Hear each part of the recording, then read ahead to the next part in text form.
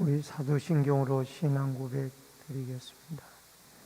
전능하사 천지를 만드신 하나님 아버지를 내가 믿사오며 그 외아들 우리 주 예수 그리스도를 믿사오니 이는 성령으로 잉태하사 동정녀 마리아에게 나시고 본디오 빌라도에게 고난을 받으사 십자가에 못 박혀 죽으시고 장사한 지 사흘 만에 죽은 자 가운데서 다시 살아나시며 하늘에 오르사 전능하신 하나님의 피난처에 계시다가 저리로서 산자와 죽은 자를 심판하러 오시리라.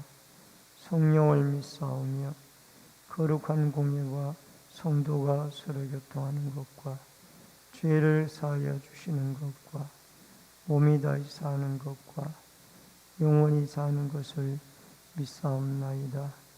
아멘.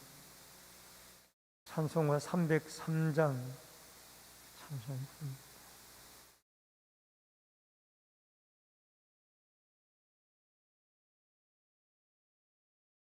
303장.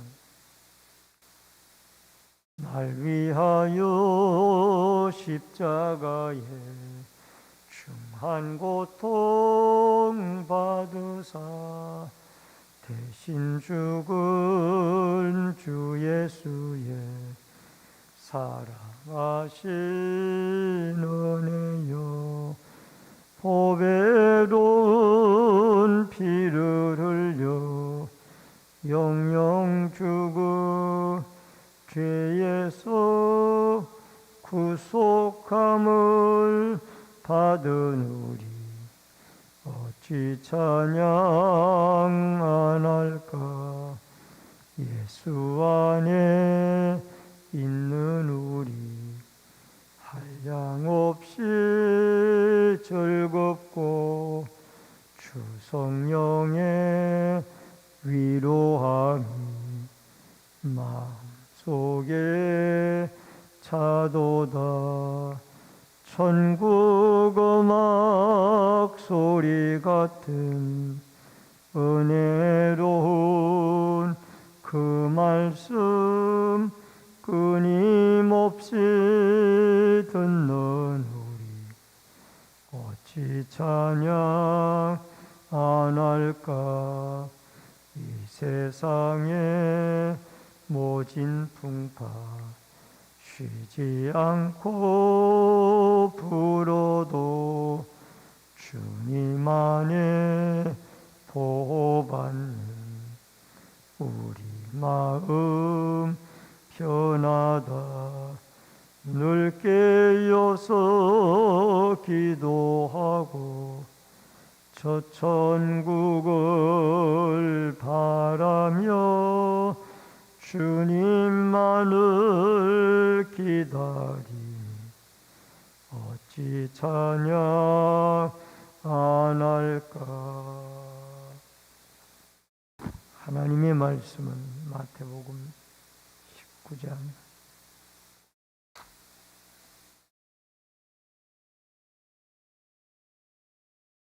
마태복음 19장 1절로 12절의 말씀.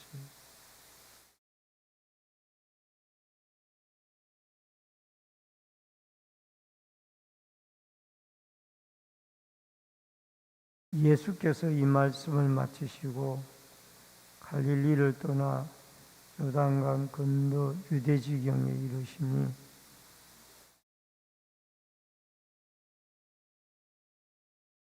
바리새인들이 예수께 나와 그를 시험하여 이르되 사람이 어떤 이유가 있으면 그 아내를 버리는 것이 옳으니까.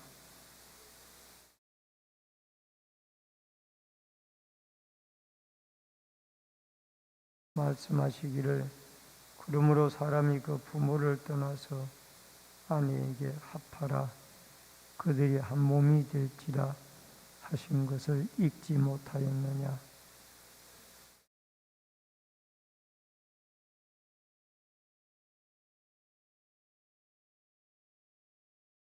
듣자오되 그러면 어찌하여 모세는 이혼 정서를 주어서 버리라 명하였나이까.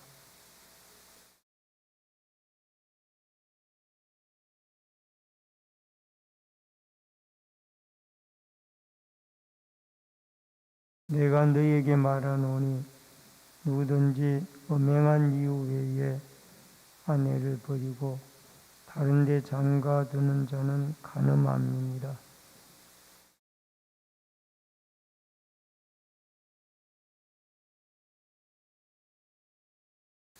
예수께서 이르시되 사람마다 이 말을 받지 못하고 오직 타고난 자라야 할지니라. 어머니의 태로부터 된 고자도 있고 사람이 만든 고자도 있고 천국을 위하여 스스로 된 고자도 있도다. 이 말을 받을 만한 자는 받을지니라. 아멘.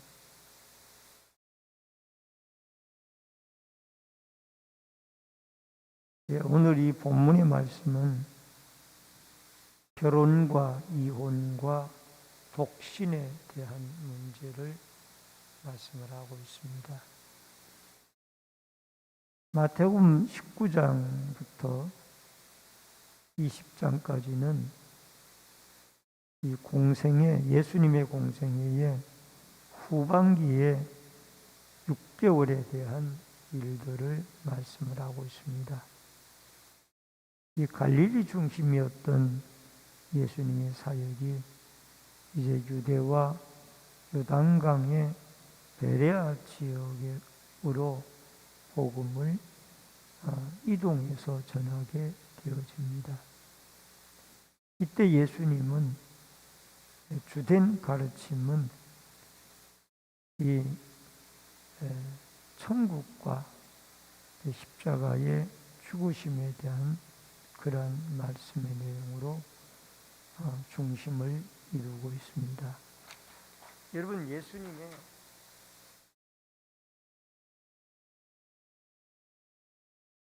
예수님의 그 이동되어진 과정을 화면을 통해서 좀 보시면은 우선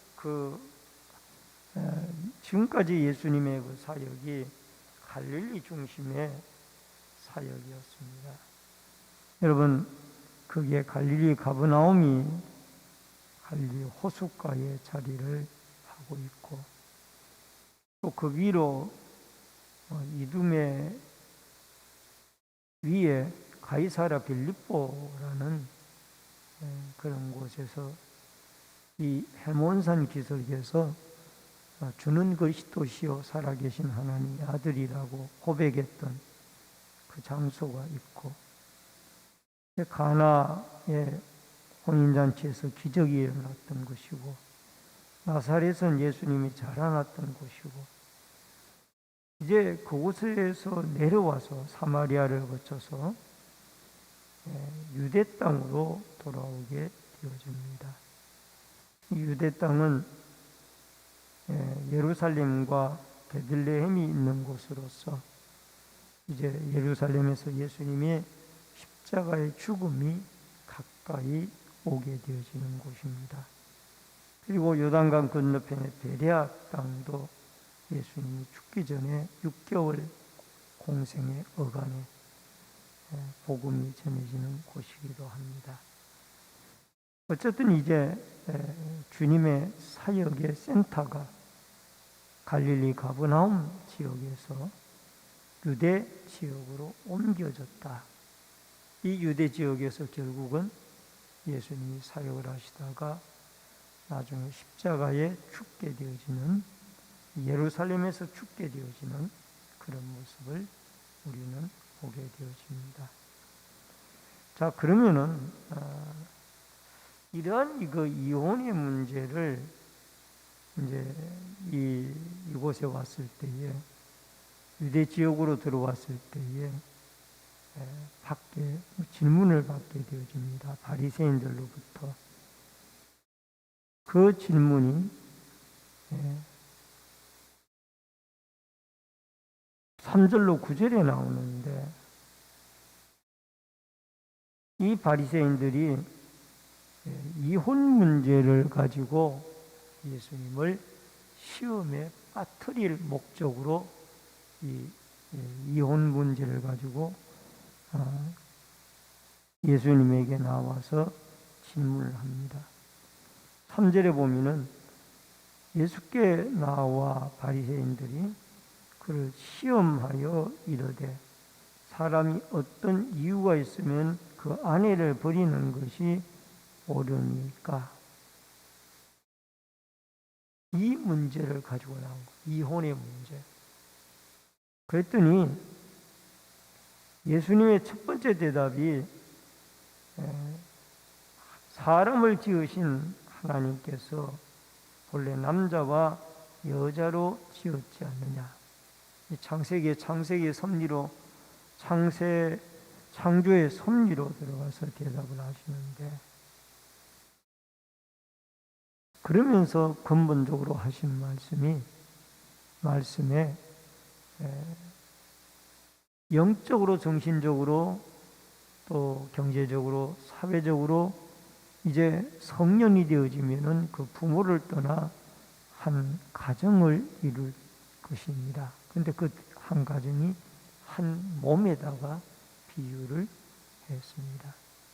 이 말은 한 몸을 나누면은 그 사람이 살 수가 없잖아요. 그처럼 예수님은 근본적으로 이혼에 대해서 할 수 없다라는 것이 주님의 원칙의 방침입니다. 여러분, 왜 예수님이, 바리새인이 왜 예수님에게 이 문제를 가지고 나왔느냐? 이 문제에 그 당시 유대인에게서는 두 개의 큰 학파가 있었는데, 하나는 힐렐 학파고 하나는 샴마이 학파입니다. 근데 힐렐 학파는 이혼에 대해서 사소한 것이라도 그 부인이 잘못하게 되어졌으면은 즉시 이혼을 할 사유가 되어진다. 이런 입장을 가지고 있었습니다. 좀 자유주의적인 신앙이죠. 그러나 샴마이 학파는 아내가 부정을 저지른 것 외에는 이혼을 해서는 안 된다라는 것이 샴마이 학파의 내용이었습니다. 예수님은 이 두 가지의 학파의 내용을 피해서 창조의 원리로 들어가서 왜 이혼이 하나님 앞에 바르지 못한 것인가를 이야기하고 있습니다. 그래서 6절에 보면은 이제 그들이 둘이 아니요 한 몸이니 그러므로 하나님이 짝지어 주신 것을 사람이 나누지 못할지니라. 남자와 여자를 한 부부로 하나님이 짝지어 줬는데 그거를 사람의 임의대로 나누어서는 안 된다라는 것이 예수님의 첫 번째 답변이었습니다. 여러분, 결혼제도는 사람의 정욕을 제어하지 못하기 때문에 결혼제도를 하나님이 만드셨고, 또 인생을 거룩한 목적을 위하여 하나님이 이 결혼제도를 만들었습니다. 여러분, 결혼은 행복을 위한 것이 아니라 더 근본적으로 신앙적으로 들어가면은 거룩한 가정을 이루기 위하여 결혼을 하나님이 허락을 하신 것입니다. 두 번째 질문을 합니다. 여러분, 두 번째 질문은 그럼 왜 모세는 이혼 정서를 써주고 그 아내를 버리라고 했습니까? 이런 질문을 한 거예요. 여러분, 창세기 6장 2절에 보면은 하나님의 아들들이 사람에게 딸들의 아름다움을 보고 자기들의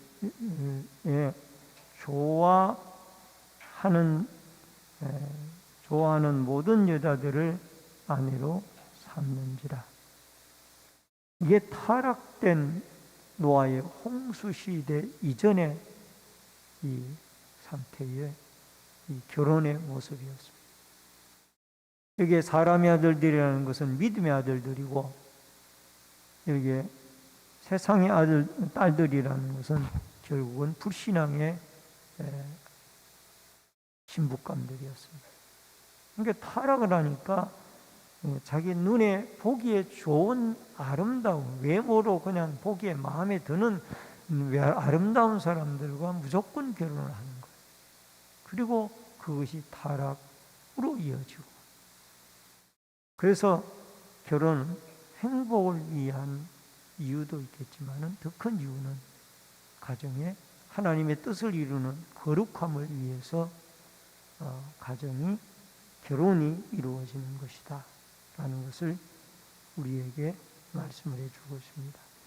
여러분, 두 번째 질문에서 신명기 24장 1절에 모세가 수치되는 일이 있을 경우에는 이혼 정서를 써주고 그 손에 쥐어주고 그 여자를 내어보내라.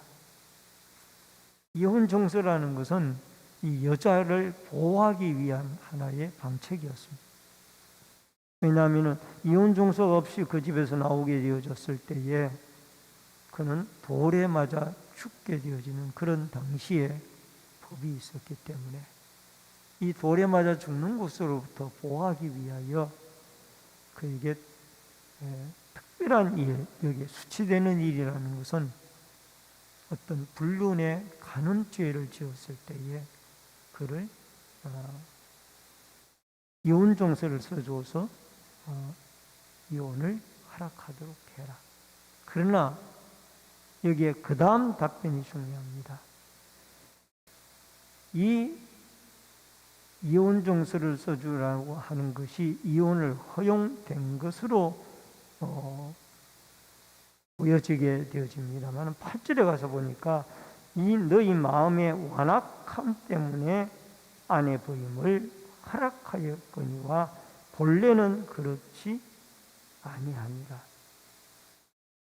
그 백성들의 완악함 때문에 어쩔 수 없는 방법으로 이 방법을 모세가 허락을 했지만은 본래는 그렇지 아니합니다. 그래서 주님의 이혼에 대한 입장은 이혼을 하지 않고 살아가는 것이 이게 주님의 원래의 입장입니다. 그런데 그들의 완악한 마음 때문에 어쩔 수 없이 간음죄라든가 어떤 불륜의 일들이 저질러졌을 때에 이혼 정서를 써주고 그 여자를 보호하는 입장에서 그 여자로 하여금 홀로 나가도록, 홀로 살아갈 수 있도록 하는 법이 이게 예수님의 가르쳐 주신 법입니다. 제가 이 부분에 대해서 상당히 연구를 좀 했습니다만은 결국은 저를 지도해 주신 그 총신대학교 총신대학교 대학원의 많은 교수님들이 저한테 단도직입적으로 그 논문을 심사할 때에 물었습니다. 그럼 과연 논문 제출자는 이혼을 허락하는 거냐 아니면 반대하는 거냐. 그러기에 저는 이 마태복음 19장의 말씀을 들어서 원칙적으로 이혼은 안 되는 것입니다 라고 그렇게 제가 논문에 글을 썼습니다. 그것이 그 교수님들에게도 똑같은 생각이었던 것입니다. 물론 교단이나 신학 사상에 따라 이게 다를 수도 있어요. 그러나 현실적으로는 이 이혼의 문제가 상당히 예민한 문제고 또 어려운 문제입니다. 그러나 여러분과 제가 이 성경의 원래의 가르침이 이러하다라는 것을 여러분이 분명히 기억을 하고, 우리는 한 몸이다. 남남이 만나서 살아왔는데 여러분 얼마나 마음이 잘 맞는 사람이 몇 사람이나 되겠어요. 남남이 만나서 사는데. 그러나 주 안에서 하나님의 신앙으로 우리가 가정의 거룩한 목적을 위하여, 행복을 위하여 살아가는 이 아름다운 축복이 우리에게 있어지기를 주의 이름으로 축원합니다. 그 다음에 독신에 대한 문제입니다. 이번에는 제자도 원천적으로는 이혼이 안 됩니다. 그래서 이혼하지 못하지만은 이 오늘날에는 여인이나 남편을 보호하기 위해서 이혼 정서를 써주라는 이 예외의 방법이 있기는 하였습니다. 그러나 이 문제를 그렇다고 이혼을 예수님이 허락했다, 그것은 아니라는 것을 여러분이 잘 기억해 주시고 또 이해해 주시면 고맙겠습니다. 독신에 대한 문제입니다. 10절로 12절. 이 독신에 대한 문제는 제자들이 예수님에게 질문한 겁니다. 그러면은 차라리 혼자 사는 것이 낫지 않습니까? 그랬더니 여러분, 이 대답에 대해서 예수님은 11절에 타고난 자라야 혼자 사는 것이 되지 타고나지 않은 사람이 독신으로 사는 것은 불가능하다. 타고난 사람이라면 예를 들면 누구예요? 사도 바울이에요. 바울은 독신으로 살아. 여러분, 오늘날도 마찬가지입니다. 결혼을 하지 아니하고 독신으로 살아가는 분들이 상당히 우리 주위에 많이 있습니다. 이분들은 태어날 때부터 아예 세상의 어떤 이성에 대한 유혹이나 욕심이나 죄를 범하지 아니하는 그런 독신으로 타고난 사람들이 있다라는, 그런 분들은 혼자 살아가는 것도 괜찮다라는 것입니다. 여러분, 결혼이라는 것은 불완전한 인간에게 참 힘들고 어려운 부분임은 틀림이 없습니다. 그러나 결혼을 통해서 여러분, 서로가 성숙함을 이루어가고 또 생육하고 번성하고 창대해 가라는 하나님의 지상 문화 명령을 이루어 나가는 한 과정이 바로 이 결혼을 통하여 이루어진다는 것을 여러분과 제가 기억하여 하나님의 뜻에 따라 아름답고 행복한 결혼 생활을 이루고 남편과 아내가 서로 다를지라도 서로 맞추어 가서 아름다운 주님의 귀한 가정들을 이루어 나가고 또 혹여 여러 가지 연유로 주위에 이혼한 그러한 피치 못하여 이혼한 가정들이 있다라면 정죄하는 눈으로 바라보지 말고 그들을 불쌍히 여기고 다시 가정이 합쳐질 수 있도록 기도해드리는 이런 아름다운 사랑의 공동체가 되어질 수 있기를 주의 이름으로 축원합니다. 기도하겠습니다. 고마우신 아버지 하나님, 은혜를 감사를 드립니다. 남남이 만나 한 가정을 이루어 나가는 결혼 생활, 참으로 쉬운 일은 아닐 줄 압니다. 그러나 주님이 가르침은 창조의 질서를 따라 남자와 여자가 한 몸을 이루라고 말씀하셨사오니 우리는 그리스도 안에서 한 몸 되어진 가족 공동체인 줄로 믿고 서로 이해하고 격려하고 사랑하고 아끼며 좋은 가정의 온전한 믿음 생활을, 결혼 생활을 이루어 갈 수 있도록 축복하여 주옵소서.